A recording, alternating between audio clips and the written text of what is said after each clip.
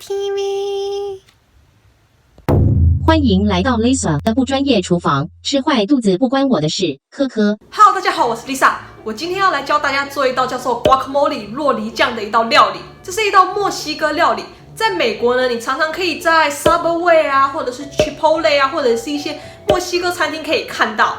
这是一道非常简单、非常好做的料理，完全都不需要用到火哦。那我们就开始吧。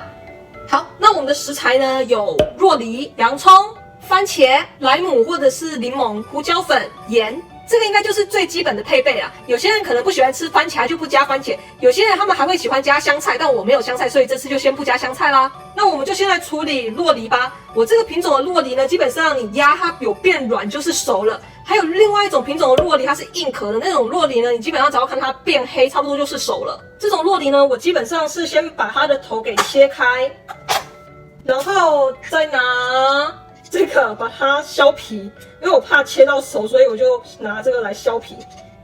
那种硬壳的洛梨啊，它会比较好处理，你就把它对半切开之后，拿汤匙把它挖出来就好了。但这种是薄皮的洛梨，所以比较难处理，所以我就用削的。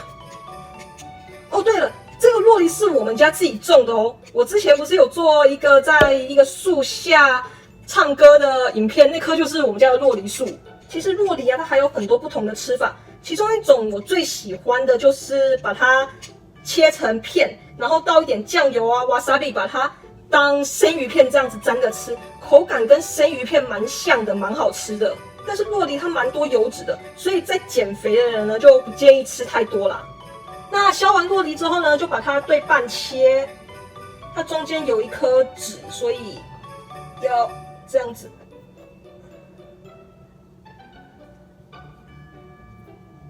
绕过来这样切，那小心不要切到手就是了。然后弄下来之后，把它放到碗里面去。里面有一颗很大的籽，因为是酱嘛，所以我们等一下要把它弄碎，所以我先切一下。那洛梨处理好之后呢，我们来切洋葱。洋葱要切丁啊，洋葱也是看你要吃多一点就放多一点就好了，要吃少一点就放少一点。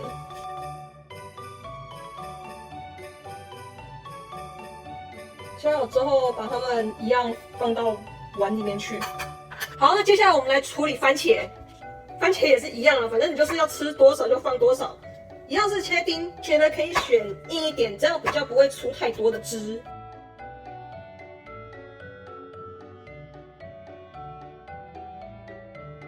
那切完之后呢，一样是把它放到碗里面去。可是我发现我这个碗好像太小了，所以我去拿一个大一点的容器。我这边最大的容器就是这个电锅的锅子了。好，番茄放进去，最后呢，加一点柠檬或者是莱姆，把它挤进去。如果你喜欢吃酸一点的话呢，你就加多一点柠檬。如果你不喜欢吃太酸的话呢，那你就少加一点柠檬嘛。加柠檬呢，主要是想要让它有一点酸酸的味道，然后加柠檬呢，洛梨也比较不会变黑。那我就先挤半颗吧，等一下调味如果觉得不够酸的话，我再把另外半颗挤进去。最后呢，加一点盐巴，我都是随便加的啦。加一点胡椒，拿一个汤匙拌一拌。我发现我里面好像有一颗洛梨不太熟，所以不太好拌，有一点硬硬的。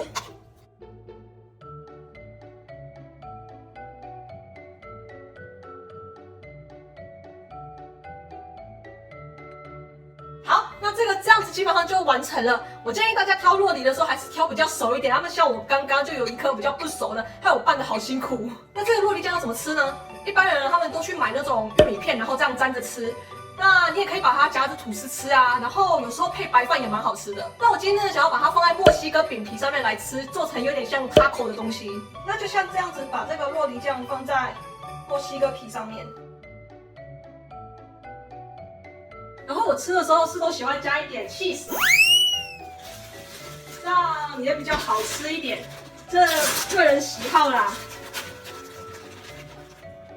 加 cheese 跟不加 cheese 的差别呢，其实就是胖跟更胖的。那这个铺好之后呢，你就这样把它对折，然后放到锅子里面去加热一下，让那个 cheese 融化。让 cheese 融化就完成了。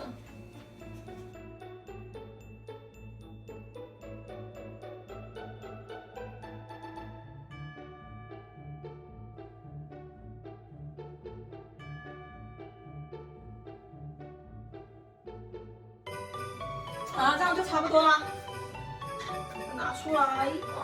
好，那为了不要太胖，剩下的我就不要加cheese好了。我是觉得这个饼皮还是加热一下会比较好吃，脆脆的。好，这样酪梨酱呢跟 taco 就完成了，是不是很简单啊？大家也可以在家里自己试试看，自己做真的很简单，很好吃。那我们就下次见啦，拜拜。